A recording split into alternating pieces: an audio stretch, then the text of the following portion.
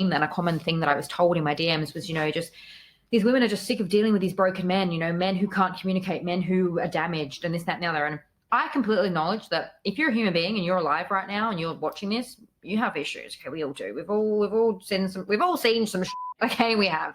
But I think for a lot of women, it's almost frustrating when, they've done all this work, they've put all this work into themselves, and they're meeting these men who can't communicate, who have these, emotional issues, or just have these things they haven't dealt with. I do think a lot of the times these men that attend therapy and that, openly go to therapy, sometimes I do think that a large number of them, it's something that's been encouraged by maybe a woman in their life. Another common thing that I noticed in my DMs, just viewing life through my lens, I just see so many women who have put the work into themselves, who are incredible, who, yes, have issues like everybody does, but, have good communication skills, have worked on themselves, have become such a good version of themselves, probably the best version of themselves they've ever been.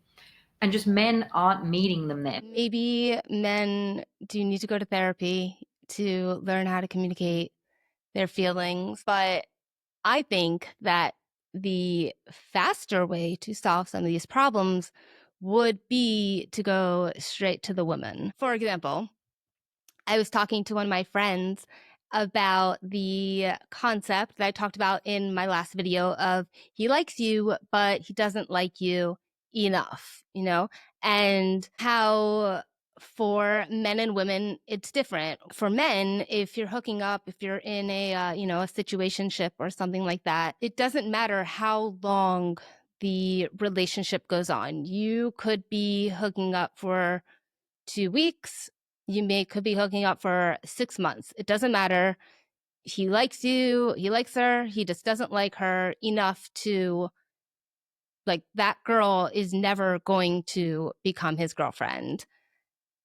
It doesn't matter how long they hang out. But to the woman, to the girl, she thinks that the longer they hang out, the more likely she is to, like, she is becoming his girlfriend. And he was saying how, yeah, like, men should be, like, more aware of it and not, like, lead her on, or if, like, once they know that he likes you but he doesn't like you enough, to kind of, actually walk away and not string the girl along.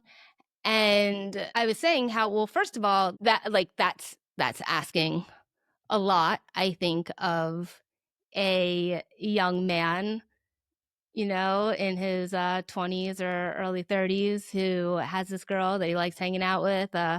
She's not it, but she's a good time and she's attractive and they have fun together. I think that's a steep order to say, because she's probably going to develop feelings, stop hanging out with her. Because, she's saying, like, oh, it's fine, switch situation, and she accepts all that. I don't think men understand, and I don't even think women understand, like, the feelings that you just start to develop over a certain amount of time of sleeping with someone, like dating, whatever. What was my point? Yes, like, men should go to therapy. Men should be watching these dating advice situations. Okay. But women are already watching. So wouldn't it make sense to just give women better advice? Like, educate women on the fact that he likes you, he just doesn't like you enough. And then they'll start to figure it out, and maybe we won't have, like, all these women in situationships where it's, like, satisfying them for now, but, sorry ladies, but the clock is ticking, and this situationship is a losing strategy in the musical chairs game of life.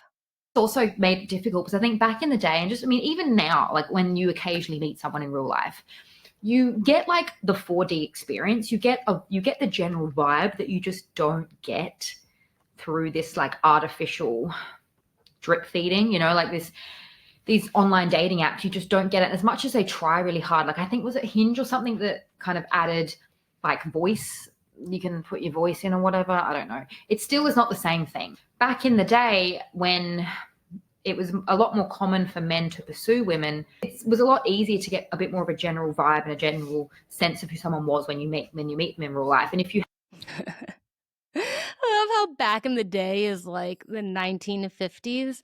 Sweetheart, it was like, I don't know, 5 years ago, before COVID, 5 years ago, that you met people out in real life, like all the time, no big deal in the 50s.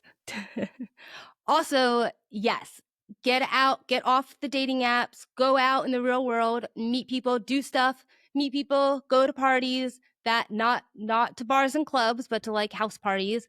That's how you'll meet people. But back in the day, it was a couple years ago, sweetheart. It was not like the 1950s. Like, you're lost. if you have a man that approaches you in real life, a lot of the time it kind of shows that there's like that level of, it's a bit more serious, I personally. Not serious. Justin and I, we met in a parking lot. It was a outdoor, like a festival, Fiesta del Sol. There was a little amphitheater situation. We were standing in the crowd.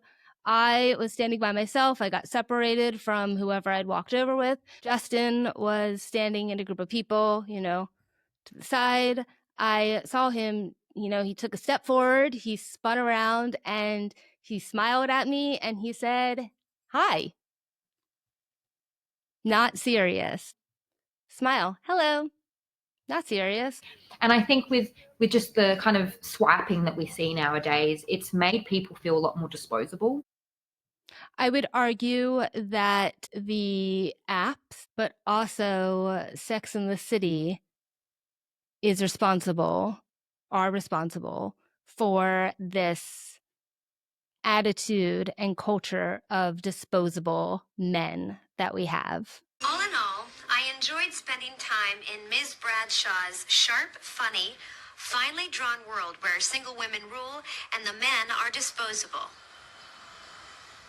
Ouch. It's kind of an illusion because it may look like you have so many options. It may look like the apple tree has so many good juicy apples on them, but really at the end of the day, there's maybe only one or two of them there. I love how I'm like reducing people to fruit, but there's only maybe one or two apples that are ripe and ready to go and you actually vibe with. Okay, so she goes on for like another, I don't know, like 10 minutes. But to be honest with you, like I just don't have time to listen to it. I've got an aquafit class at the YMCA that I really want to get to. Until next time, keep calm and cha-cha on. Cha cha cha.